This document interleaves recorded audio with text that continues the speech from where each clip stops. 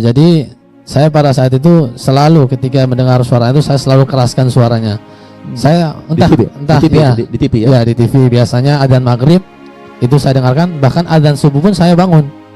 Saya bangun, tapi hanya sekedar untuk mendengarkan suara adzan saja. Nah, pada saat itu 2006 kakak masuk Islam, kemudian 2007 saya, dan alhamdulillah pada tahun 2016 saya berhasil membawa adik saya ke Jogja dan saya diislamkan di Jogja. Walladzi anzala 'alaikal kitaba minhu ayatun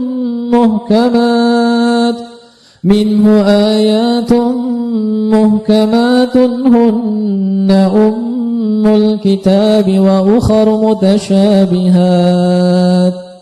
Inna Allah yaghfiru adh-dhunuba jami'a. Inna Allah yaghfiru adh-dhunuba jami'a. Innahu huwal ghafurur rahim.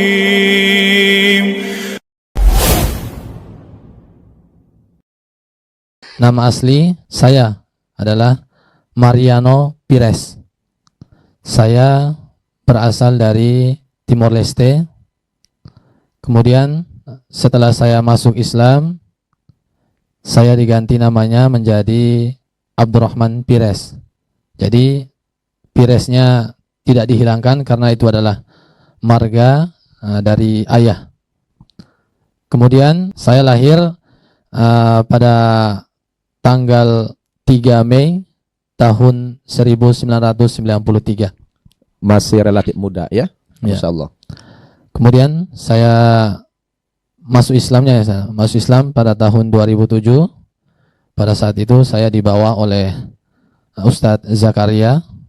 Beliau membawa saya ke Jawa, tepatnya di Yogyakarta, di mana Yogyakarta terkenal sebagai kota pelajar. Masya Allah. Ya. Dan pada saat itu alhamdulillah saya dimasukkan di salah satu pesantren di Yogyakarta, yaitu pesantren Taruna Al-Quran.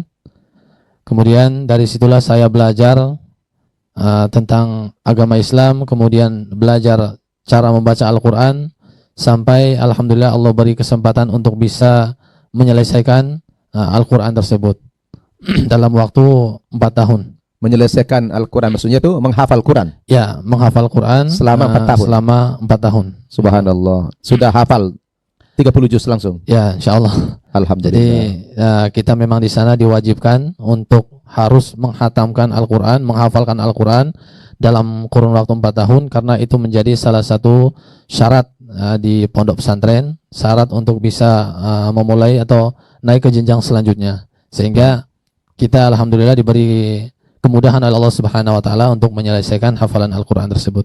Begitu Ustaz. Subhanallah. Ini pemirsa, jarang-jarang kita menemukan mu'allaf yang hafal Quran 30 juz, tapi saudara kita Abdurrahman ini sangat luar biasa kesungguhannya, menghafal Quran dalam waktu 4 tahun. Itu bukan main-main, saudara. Nah, kalau boleh tahu, dan ini pemirsa juga pasti bertanya-tanya, ini Ustadz Abdurrahman, bagaimana sih latar belakang antum itu bisa masuk agama Islam? Dan kalau boleh tahu, berapa orang bersaudara? Ya, saya keluarga itu saya terdiri dari 8 bersaudara. Saya anak yang keempat. Sebenarnya saya anak keempat. Salah satu adik saya meninggal pada saat itu. Kemudian saya pada saat itu tertarik dengan agama Islam memang berawal dari suara adzan. Jadi berawal dari suara azan ya? Suara adzan. Karena memang di kampung saya itu sangat sedikit masjid. Di tempat saya hanya ada 1 musola. Ya. Dan pada saat itu musolanya pun sebenarnya sudah tidak aktif lagi, sudah rusak. Ya. Namun karena Muslim yang ada di situ bekerja sama, sehingga mereka kembali membangun musola tersebut. Sampai hari ini akhirnya musola tersebut telah menjadi masjid. Pada awalnya musola dan sekarang sudah jadi masjid. Namun pada saat itu tidak ada suara adzan kita dengar. Tidak ada suara adzan karena memang mayoritas di sana beragama non. Jadi seperti itu. Sehingga kita tidak ada mendengar suara adzan, dan yang kita dengar suara adzan biasanya hanya di televisi aja. Apa yang berkesan sama antum suara azan itu? Apanya? Ya, jadi Saya pada saat itu selalu ketika mendengar suara itu saya selalu keraskan suaranya. Saya entah di TV, ya, di TV ya. ya di TV biasanya adzan maghrib itu saya dengarkan, bahkan adzan subuh pun saya bangun. Subhanallah. Saya bangun, tapi hanya sekedar untuk mendengarkan suara adzan saja. Jadi sebenarnya pada saat itu almarhum ayah saya juga senang dengar suara adzan, tapi qadarullah Allah belum memberikan hidayah kepada beliau. Sudah meninggal. Ya, beliau telah meninggal dalam keadaan yang belum Muslim. Kalau ibu belum Muslim juga. ibu juga belum Muslim. Dari 8 orang bersaudara itu ada berapa yang Muslim? Pada saat itu 2006 kakak masuk Islam, kemudian 2007 saya, dan alhamdulillah pada tahun 2016 Iya. saya berhasil membawa adik saya ke Jogja dan Sudah saya diislamkan di Jogja. Dan Gitu. dimasukkan Jadi, pesantren juga. ya, sekarang sudah di pesantren dan sekarang sudah hafal 7 juz. Subhanallah. Pemirsa Naba TV rahimakumullah, sangat luar biasa kisah perjalanan spiritualnya mendapatkan hidayah, berawal dari kecintaan kepada azan. Ya, bahkan di kampungnya sangat sedikit sekali yang beragama Islam, lalu setiap kali menyaksikan televisi di waktu maghrib katanya tadi selalu membesarkan suara azan itu, Masya Allah. Begitulah kalau Allah sudah berkehendak memberikan petunjuk kepada seseorang, digerakkan hatinya untuk mencintai suara azan yang tentunya di dalam itu ada kalimat lafzul jalalah, Allahu Akbar, Allahu Akbar. Taib Ustadz Abdurrahman, jadi antum sudah menyelesaikan Al-Quran, sudah hafiz 30 juz, kemudian sekarang antum sudah menikah atau belum? Alhamdulillah saya sudah menikah dan sudah memiliki seorang anak laki-laki. Saya pikir ini perlu antum membaca Quran dulu. Pemirsa pasti menunggu bagaimana lantunan ayat Quran dari lisan antum sebagai seorang hafiz 30 juz dan berlatar belakang seorang muallaf. Tafadhol Ustaz, baca Al-Quran bebas dari mana saja yang antum sukai. Tafadhol. Baik, saya akan membaca surat Al-Imran. Surat Ali Imran. Silakan pemirsa kalau mau menyimak bacaan beliau. أعوذ بالله من الشيطان الرجيم بسم الله الرحمن الرحيم ألف لام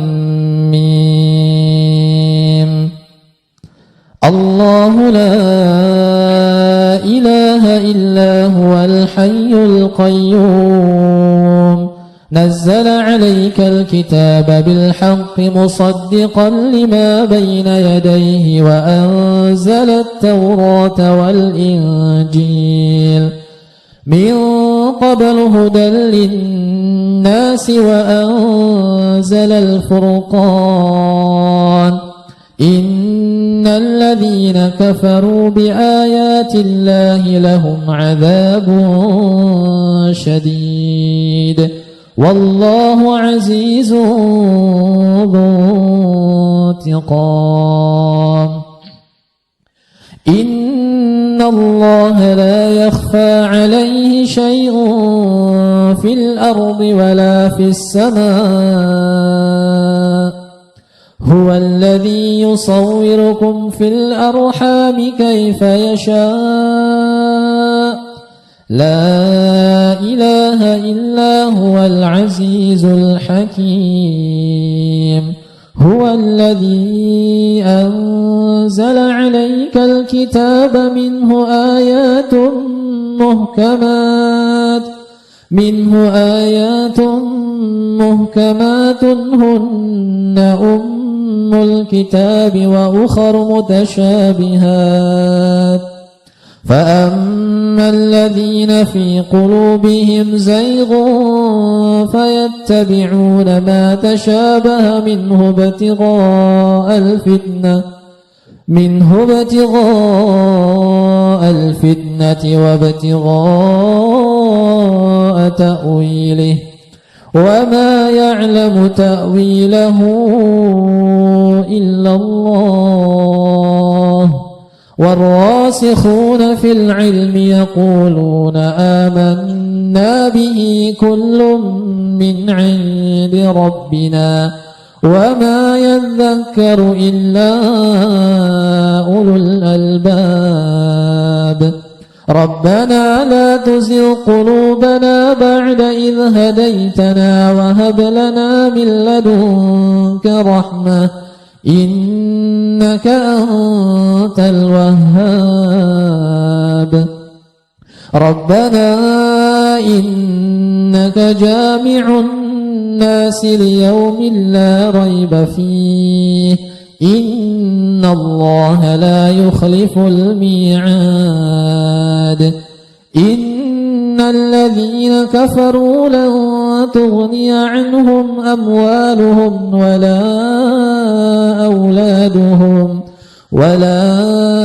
أولادهم من الله شيئا وأولئك هم وقود النار كدأب آل فرعون والذين من قبلهم كذبوا بآياتنا فأخذهم الله بذنوبهم والله شديد العقاب قل للذين كفروا ستغلبون وتحشرون إلى جهنم وبئس المهاد قد كان لكم آية في فئتين التقتا فئة تقاتل في سبيل الله وأخرى كافرة يرونهم مثليهم رأي العين والله يؤيد بنصره من يشاء إن في ذلك لعبرة لأولي الأبصار زين للناس حب الشهوات من النساء والبنين والقناطير المقنطرة من الذهب والفضة والخيل المسومة والأنعام والحرث ذلك متاع الحياة الدنيا والله عنده حسن المآب قل أنبئكم بخير من ذلكم للذين اتقوا عند ربهم جنات تجري من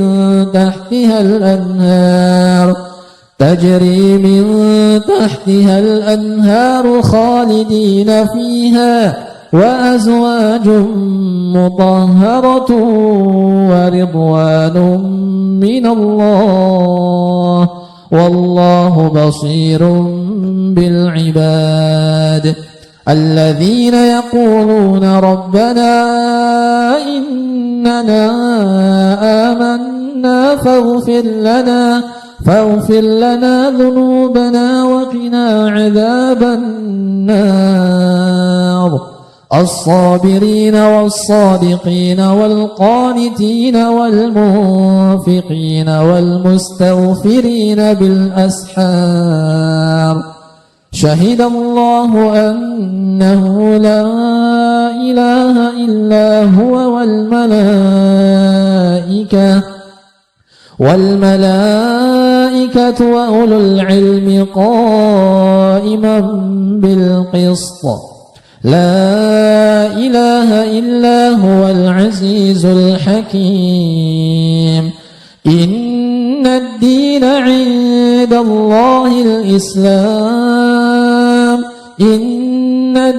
عند الله الإسلام وما اختلف الذين أوتوا الكتاب إلا من بعد ما جاءهم العلم بغيا بينهم ومن يكفر بآيات الله فإن الله سريع الحساب فإن حاجوك فقل أسلمت وجهي لله ومن اتبعني وقل للذين أوتوا الكتاب والأميين أأسلمتم فإن أسلموا فقد اهتدوا وإن تولوا فإنما عليك البلاغ والله بصير بالعباد صدق الله العظيم. Subhanallah, walhamdulillah, wala ilaha illallah, wallahu akbar.